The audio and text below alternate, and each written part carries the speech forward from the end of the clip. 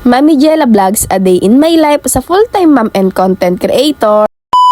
Pagkagising ko nga kaninang umaga mga mare, medyo makulimlim nga dito sa amin at nagbabadya pa yatang umulan. Inutusan ko na nga si Sander na manghiram ng walis tingting doon kala lolo mga mare dahil yung walis tingtingan na ginagamit nila ay mayroon ngang hawakan. Maaga pa kasi sa mga oras na yan mga mare, kaya naman hindi ko pa nga ginagayakan si Sander. Tinanggal ko na nga din pala mga mare yung nakadikit na foam bricks sticker dito sa may harapan ng tindahan ko dahil nagtuklapan na nga rin yun at mapangit na nga rin sa paningin. Hindi ko na nga mga maring binalak na kabitan ulit ng foam bricks sticker dito sa may harapan ng tindahan ko dahil nga tinutuklap nga din ng mga bata dito sa amin. Medyo marami na nga din pala yung mga basurang nalaglag dito sa may kanal namin mga mare, kaya naman nilinisan ko na nga rin to. Pagkatapos ko nga palang madakot dyan yung mga basura mga mare, pumunta na nga ako dito sa poso para nga maghugas ng kamay. Pagbabantang alas 7 na nga rin kasi sa mga oras na yan mga mare, kaya naman habang naghuhugas nga ako dito, tinitignan ko nga pala dyan yung pinapakulo kong tubig para nga sa pangpaligo ni Sander. Malamig din kasi yung panahon ngayon dito sa amin mga mare, tapos sinisipon pa nga si Sander, baka naman kapag pinaliguan ko nga siya ng walang tubig na mainit ay lumala pa nga yung sakit niya. Medyo naginhawaan na nga rin yung pakiramdam ko mga mare mula nung uminom nga ako ng gamot, kaso nga lang nahawaan ko nga si Kuya Sander. Kinuha ko na nga din pala yung sabon ng You Glow Babe mga mare at nagsimula na nga rin ako maghilamos dyan ng muka. May iyak na nga din si Jairo doon sa loob ng bahay namin mga mare, kaya naman inilabas ko nga muna siya dito para nga maglaro. Inutusan ko na nga rin si Sander na ubusin yung pagkain niya dyan mga mare dahil pagkatapos ko nga maghilamos dito ay siya naman yung aasikasuhin ko at gagayakan ko. Maaga rin kasing umalis si Mr. kanina mga mare dahil magtatanim nga siya ng palay, kaya naman ako na nga lang mag-isa yung nag-aasikaso dito sa bahay. Anyways mga mare, dahil tatanghaliin na nga rin si Sander kanina, kaya naman hindi na nga rin ako nakapag-video at inasikaso ko na nga rin siya pagkatapos sinatid ko na nga rin sa eskwelahan. Pagkarating ko nga dito sa bahay namin kanina mga mare, napansin ko nga na medyo marumi na nga rin itong mga tray na lagayan ko ng mga condiment, kaya naman nilinisan ko na nga rin to. Gamit na gamit ko nga itong tray na to mga mare, kaya naman bagay na bagay nga ito sa may mga sari-sari store. Pwedeng lagayan nga rin to ng mga sibuyas, bawang at luya mga mare, at nasa sa inyo na nga lang to kung saan nyo nga to gagamitin. Puti na nga rin pala mga mare yung pinili kong kulay dahil sobrang lakas nga to maka-aesthetic. Di bali 5 piraso na nga din pala mga mare itong binili ko sa Orange App, tapos tag 16 pesos nga lang ang isa. Kaya naman kung gusto nyo nga rin pong bumili ng ganitong tray mga mare, ilalagay ko na nga lang po yung link dyan sa may comment section. Tapos ko na nga din pala malinisan itong mga tray kanina mga mare, tapos pinunasan ko na nga rin yan ng tuyong basahan. Medyo maalikabok na nga rin pala itong mga nakalagay dito mga mare, kaya naman kumuha nga din ako ng basahan doon kanina, tapos pinunasan ko na nga rin itong mga to. Kinakailangan ko na nga din mga mare mamili ng datong suka dahil lagi isa na nga lang yung natira dito sa paninda ko. Hindi naman kalakasan mga mare yung pinagbebentahan ko sa isang araw. Minsan inaabot nga lang to ng 500 or 300. Kaya naman kapag inaabot na nga ng 300 yung pinagbentahan ko mga mare, pumupunta na nga rin ako dito sa malapit sa groceryhan namin para nga mamalengke. Halos araw-araw nga mga mare, ganun nga lang yung routine ko dito sa may tindahan at pinapaikot ko nga lang din yung pinagbebentahan ko sa buong araw. Mali nga din mga mare yung kasabihan ng iba na kapag may tindahan ka ay mayaman ka. Diyos ko, nagkakamaliho kayo. Marami na nga ring dadaang maring jela nyo mga mare. So hanggang dito na nga lang muna tayo. See you my next vlog and God bless you all and thank you for watching.